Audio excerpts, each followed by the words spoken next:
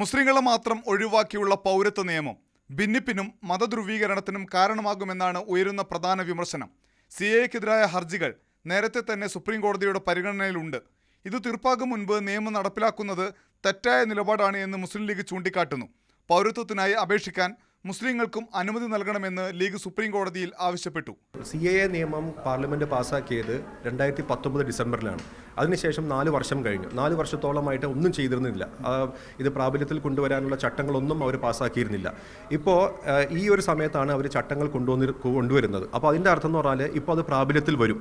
ആ പ്രാബല്യത്തിൽ വന്നു കഴിഞ്ഞാൽ പിന്നെ പൗരത്വം കൊടുക്കേണ്ട ഒരു പ്രത്യേക ജനവിഭാഗങ്ങളെ ഒഴിച്ചു നിർത്തിയിട്ട് ബാക്കിയുള്ളവർക്കെല്ലാവർക്കും പൗരത്വം കൊടുക്കേണ്ട ഒരു സ്ഥിതിവിശേഷം വരികയാണ്. ഇനിയിപ്പോൾ ഈ കേസാണെങ്കിൽ സുപ്രീം കോടതിയിൽ പെൻഡിങ്ങുമാണ്. CAA വിജ്ഞാപനം ഉടൻ സ്റ്റേ ചെയ്യണമെന്ന് DYFIയും കോടതിയിൽ ആവശ്യപ്പെട്ടിട്ടുണ്ട്.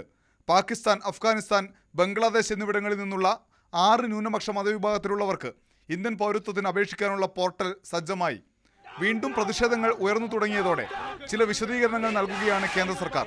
18 കോടി ഇന്ത്യൻ മുസ്ലിങ്ങളുടെ പൗരത്വത്തെ നിയമം ബാധിക്കില്ല. ഒരു പൗരനും പൗരത്വം തെളിയിക്കാൻ ഒരു രേഖയും ഹാജരാക്കേണ്ടി വരില്ല എന്നും ആഭ്യന്തര മന്ത്രാലയം വ്യക്തമാക്കി. പാകിസ്ഥാൻ, അഫ്ഗാനിസ്ഥാൻ, ബംഗ്ലാദേശ് എന്നിവിടങ്ങളിൽ നിന്നല്ലാത്ത മറ്റേതൊരു രാജ്യത്തു നിന്നുമുള്ള മുസ്ലിങ്ങൾക്കും ഇന്ത്യൻ പൗരത്വത്തിനു വേണ്ടി അപേക്ഷിക്കാമെന്നും സർക്കാർ വ്യക്തമാക്കുന്നു. മാതൃഭൂമി ന്യൂസ്, ഡൽഹി.